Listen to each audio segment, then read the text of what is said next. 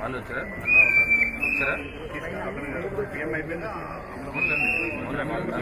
ఇక్కడ కావాలి రీచ్ అయ్యారు అక్కడికి మధ్యపాడు పిఎం చేయించుకున్నారు సార్. ఎవరు కూడా మనం చేయించట్లేదు అందరం కూడాను వాళ్ళు 2 అయిపోయి వాళ్ళు మీరు తీసుకెళ్ళి అన్నారు. ఎవరు కూడాను ₹1 కోటి అనౌన్స్మెంట్ చేయాలి గవర్నమెంట్ ఉద్యోగం వాళ్ళు. హోంమంత్రి కూడా అదే మనం చెప్పాం. మీరు ఎవరైనా తొక్కుతూ ఎల్జీ ఫార్మర్స్ వాళ్ళకి ₹1 ఇవ్వలేదా గవర్నమెంట్, మీరు ఎందుకు ఇవ్వరండి గట్టిగా హోంమంత్రి గారు నేను ఎవరైనా మీకు ఎందుకు అనవసరం ₹1 ప్రకటించాలి. ఏ మాత్రం గారు ₹1 ప్రకటించాలి గవర్నమెంట్ ఉద్యోగం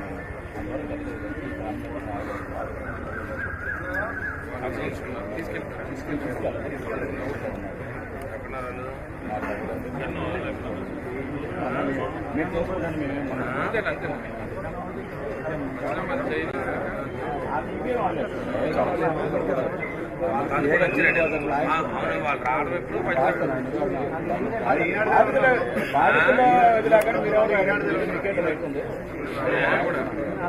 సంపాదించి ఒక ఆయన ఆయన కలిసి వచ్చాం మాట్లాడచ్చు. ఇద్దరు సంపాదించి పెట్టచ్చు. ఫ్యామిలీ మెంబర్స్ ఎలా వచ్చారు తొందరగా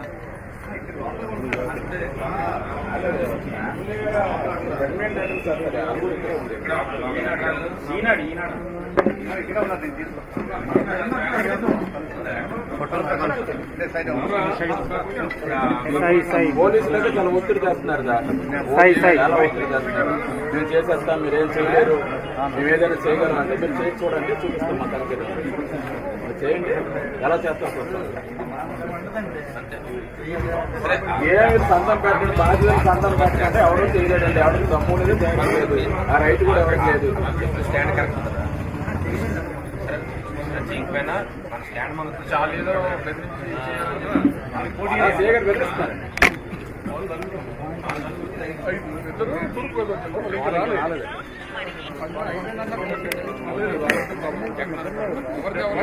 ఐదు ఎవరు రావాలి 5 అవ్వదు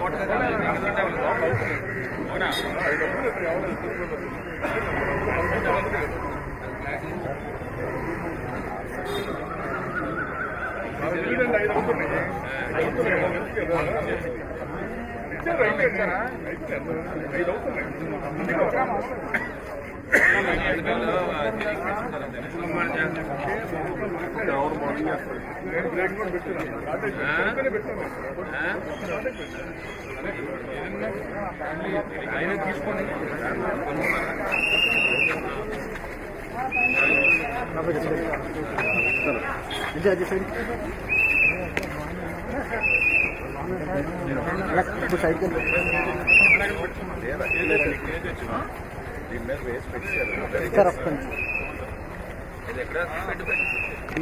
రెడీ చేస్తారు టెంట్ కింద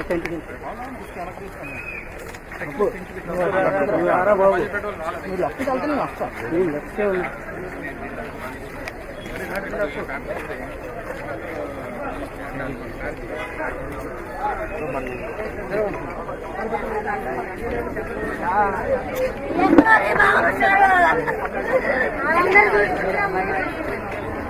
నా లోగో లోగో లోగో ఆ 99 కింద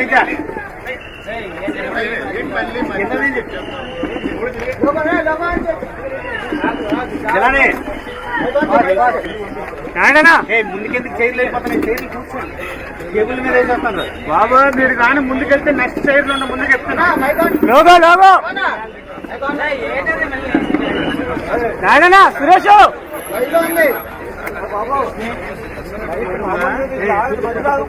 నాయనా ఎక్కడ రావాలి భాష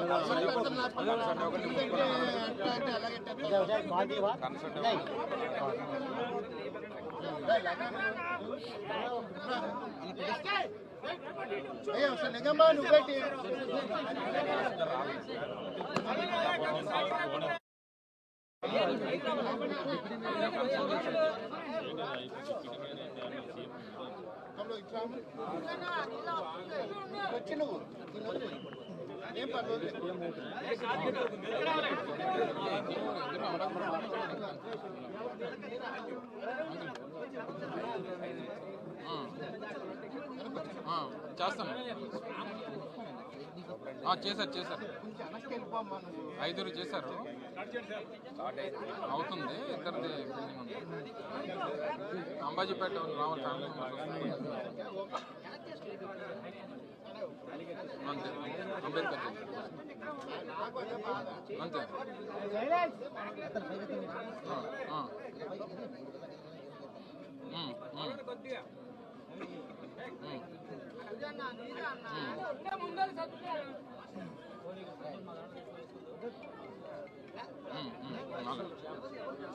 అలా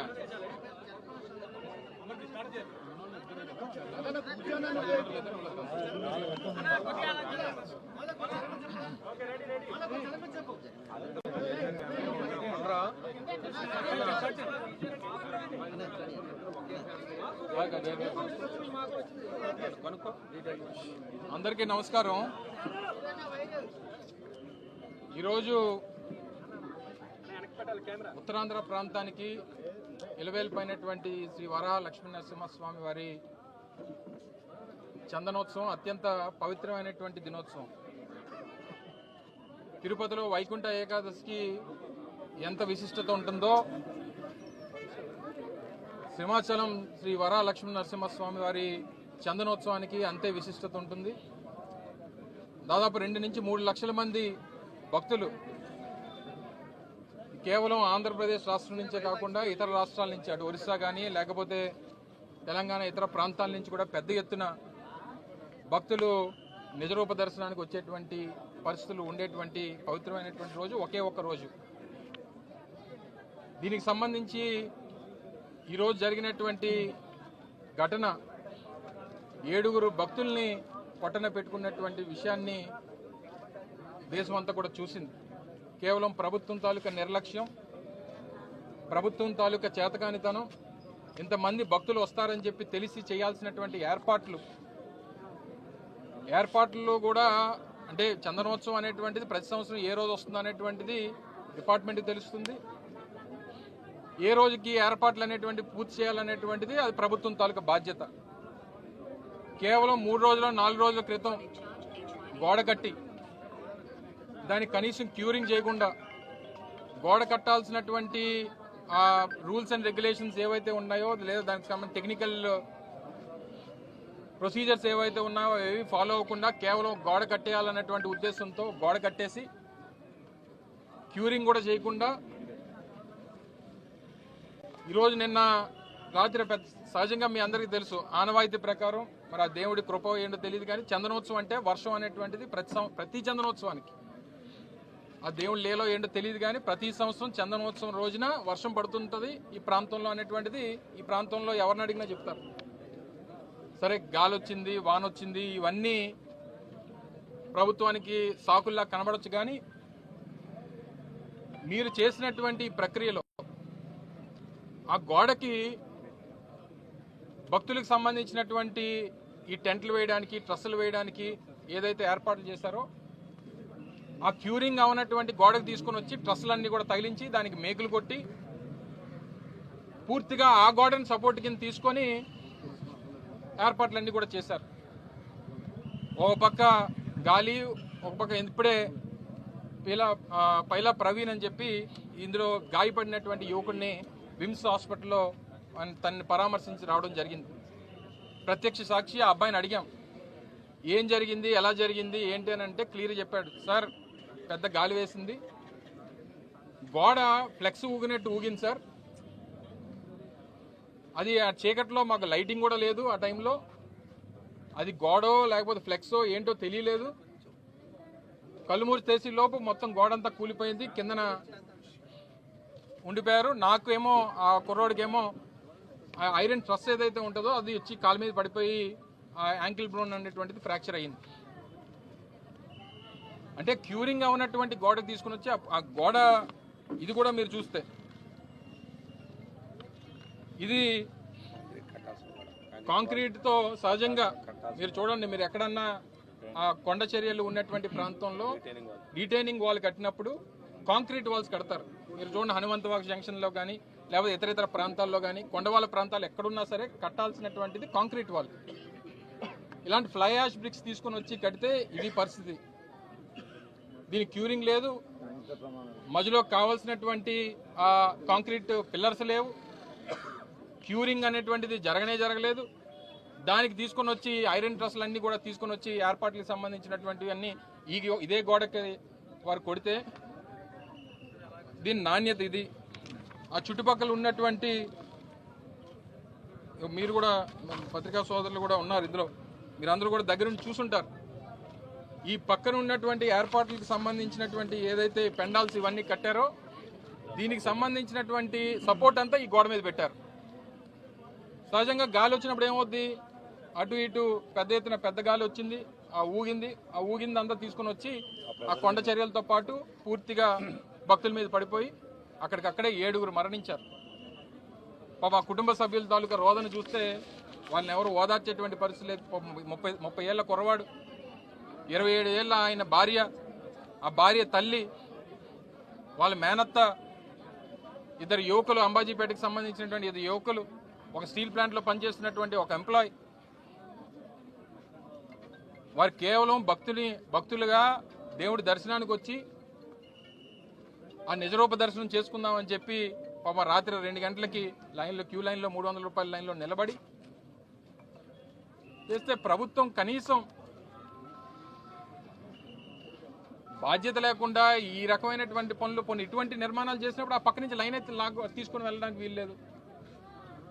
సపోర్టింగ్ లేదు, క్యూరింగ్ అవ్వలేదు, నాణ్యత లేనటువంటి గోడలు కట్టి ఆ గోడ పక్కనే మీరు తీసుకుని వచ్చి క్యూ లైన్లో పెడితే గోడ కూలిపోయి 7 చనిపోతే ఎవరు తీసుకొచ్చిస్తారు ఆ కుటుంబానికి? ఆ కుటుంబ సభ్యుల్ని తీసుకొచ్చేటువంటి అవకాశం ఎవరికన్నా ఉందా? ఈరోజు ఆ కుటుంబ సభ్యుల తాలూకు రోదన, ఒకే కుటుంబంలో 4 అంటే ఆ తాలూకు కడుపుకోత. దేవుడి దర్శనానికి వెళ్ళి తిరిగి ఆ పరలోకానికి కలిసిపోయారంటే దీని అందరికీ ఎవరు ఇంకా ప్రభుత్వంలో ఉన్నటువంటి పెద్దల మాటలు చూస్తుంటే అసలు ఆశ్చర్యం వేస్తూ ఉంది. దీన్ని కూడా రాజకీయం చేయాలని కాంట్రాక్టర్ ఎప్పుడు కట్టారు, ఏ ప్రభుత్వంలో కట్టారు, ఈ కాంట్రాక్టర్ ఎవరికి ఇచ్చారు, ఇదా ఈ సమయంలో రాజకీయాలు మాట్లాడడానిక? వైఎస్ఆర్ కాంగ్రెస్ పార్టీ డిమాండ్ చేస్తూ ఉంది, ప్రతి కుటుంబం చనిపోయినటువంటి ప్రతి వ్యక్తికి ఆ కుటుంబ సభ్యులకు ₹1 కోటి ఎక్స్గ్రేషియా ఇవ్వాల్సిందే, ప్రభుత్వం నుంచి ఒక ఉద్యోగం ఇవ్వాల్సిందే. అది మేము అడుగుతుంది కాదు, కుటుంబ సభ్యులు అడుగుతా ఉన్నారు. ఏదైతే గతంలో ఏ రకంగా జరిగిందో, గతంలో జగన్మోహన్ రెడ్డి గారు ఎల్జీ పాలిమర్స్ ఇన్సిడెంట్ అయినప్పుడు ఏ రకంగా సహకరించారో అలా చేయాలని చెప్పి వారి కుటుంబ సభ్యులు చెప్తా ఉన్నారు. తప్పకుండా ప్రతి కుటుంబానికి చనిపోయినటువంటి ప్రతి వ్యక్తికి ₹1 కోటి ఎక్స్గ్రేషియా ఇవ్వాల్సిందే, ప్రభుత్వ ఉద్యోగం ఇవ్వాల్సిందే అనేటువంటిది కుటుంబ సభ్యులు అడుగుతా ఉన్నారు. ఘటన తెలిసిన వెంటనే పెద్దలు మాజీ ముఖ్యమంత్రి వైఎస్ జగన్మోహన్ రెడ్డి గారు తీవ్ర దిగ్భ్రాంతికి లోనయ్యారు. తక్షణమే వారందరినీ కూడా పరామర్శించాలి, కుటుంబ సభ్యులకి ధైర్యాన్ని నింపాలనేటువంటి ఉద్దేశంతో ఇప్పుడు 2 గంటలకు విశాఖపట్నం రాబోతా ఉన్నారు. నేరుగా విశాఖపట్నంలో ఎయిర్పోర్ట్లో ఫ్లైట్ ల్యాండ్ అయిన తర్వాత నేరుగా కేజీహెచ్కి వచ్చి కుటుంబ సభ్యులందరినీ కూడా వారు పరామర్శించాలని చెప్పి వారు రాబోతా ఉన్నారు. తప్పకుండా మరి ఆ కుటుంబ సభ్యులకి వాళ్ళని తీసుకురాలేం, కానీ అందరి తాలూకా ధైర్యం, అందరి తాలూకా సానుభూతి ఆ కుటుంబ సభ్యులకు ఉంది. చనిపోయినటువంటి ప్రతి ఒక్కరికి వారందరికి కూడా ఆత్మకు శాంతి కలగాలని, ఆ కుటుంబ సభ్యులందరికీ కూడా ప్రజలందరూ కూడా వారికి మరో ధైర్యాన్ని నింపేటువంటి దానికి అందరం కూడా వారికి సహకరించాలని చెప్పి సందర్భంగా తెలియజేసుకుంటూ, మరొకసారి ప్రభుత్వం ఆ కుటుంబ సభ్యుల కోరిక ఏదైతే ఉందో ₹1 కోటి ఎక్స్గ్రేషియా అండ్ ఆ కుటుంబంలోని ఒకరికి ఉద్యోగం ఇవ్వాలనేటువంటి డిమాండ్ని ప్రభుత్వం తక్షణమే నెరవేర్చాలని చెప్పి డిమాండ్ చేస్తా ఉంది వైఎస్ఆర్ కాంగ్రెస్. ఆబ్వియస్లీ ఎందుకు కాదనుకుంటున్నారు మీరు? సహజంగా కనబడుతుంది కదండి, గోడలు కనిపిస్తుంది, క్లియర్ కనిపిస్తుంది కదండి. ఎందుకంటే గోడ కట్టి 5 రోజులు అయిన తర్వాత క్యూరింగ్ అవ్వకుండా ఆ గోడ మీద తీసుకొని వచ్చి సపోర్ట్ పెడితే ఎక్కడన్నా అర్థం ఉందా? ఎక్కడైనా ఏ టెక్నాలజీ వాడుతుందో చెప్పానండి, ఏ టెక్నాలజీ వాడితే అవుతుందో చెప్పానండి. కొన్ని ఒక గోడ కట్టితే ఆ గోడ కానుకొని కొండ చర్యలు ఉంటే ఆ కొండ చర్యలకు ఉన్నటువంటి ఆ సపోర్ట్ ఉన్నటువంటి గోడ మీద తీసుకొని వచ్చి మీరు ట్రస్సులు మేకులు కొట్టి మీరు సపోర్ట్ తీసుకుంటే 3 రోజులు 4 రోజులు అయినటువంటి గోడ సపోర్ట్ చేసేస్తుందని చెప్పి ఏదైనా టెక్నాలజీ ఉన్నదని చెప్పానండి. ఇప్పుడు 7 ప్రాణాలు పోయి ఎవరు తీసుకొచ్చేస్తారు చెప్పండి? This is not time for politics. కానీ బాధ్యత ఎవరైతే ఉన్నారో ఆ బాధ్యత తీసుకోవాల్సినటువంటిది ఉంది. తీసుకోండి, యాక్షన్ తీసుకోండి, మా తప్పు ఉందని చెప్పి ఒప్పుకోండి. అది చేయడం మానేసి ఇంకా రాజకీయాలు మాట్లాడడం అనేటువంటి కరెక్ట్ కాదనేటువంటి మా అభిప్రాయం.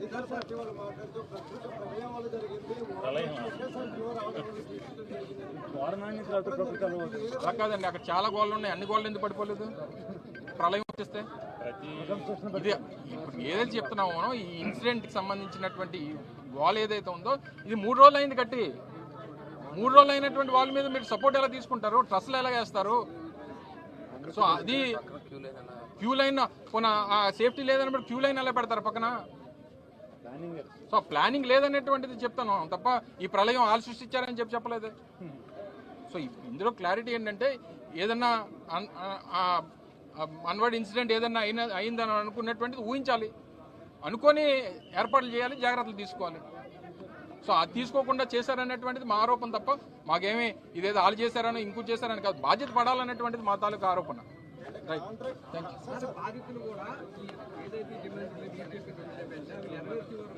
మా డిమాండ్ కాదు, బాధ్యతలు అడిగింది మేము చెప్పాము. ఏది చేసినా ఇది ఆ ఫ్యామిలీ మెంబర్స్ యాక్సెప్టెన్స్ బట్టి ఉంటుంది. సో ఇందాక సూపరింటెండెంట్ గారితో మాట్లాడడం, ఫ్యామిలీ మెంబర్స్తో మాట్లాడడం, కన్సెంట్ ఇచ్చినటువంటి వరకు పోస్ట్ మార్టం మేము చేస్తాం సార్. కానీ కన్సెంట్ ఇచ్చినా ఏది చేసినా ముందు ఫ్యామిలీ మెంబర్స్ తాలూకా డిమాండ్ ఇది ఉంది, ఆ డిమాండ్ని మేము ఎక్స్ప్రెస్ చేస్తాం. సో ఏదన్నా ఫ్యామిలీ మెంబర్స్ తాలూకా వాళ్ళ యాక్సెప్టెన్స్, వాళ్ళ అంగీకారం బట్టే మా తాలూకా ఇది ఉంటుంది తప్ప మేము ఇది ఏదో పొలిటికల్గా ఇది చేయాలనేటువంటి ఆలోచన మాకైతే లేదు. Thank you. వస్తారు రేపు సార్ వస్తారు కదా మాట్లాడుతున్నారు.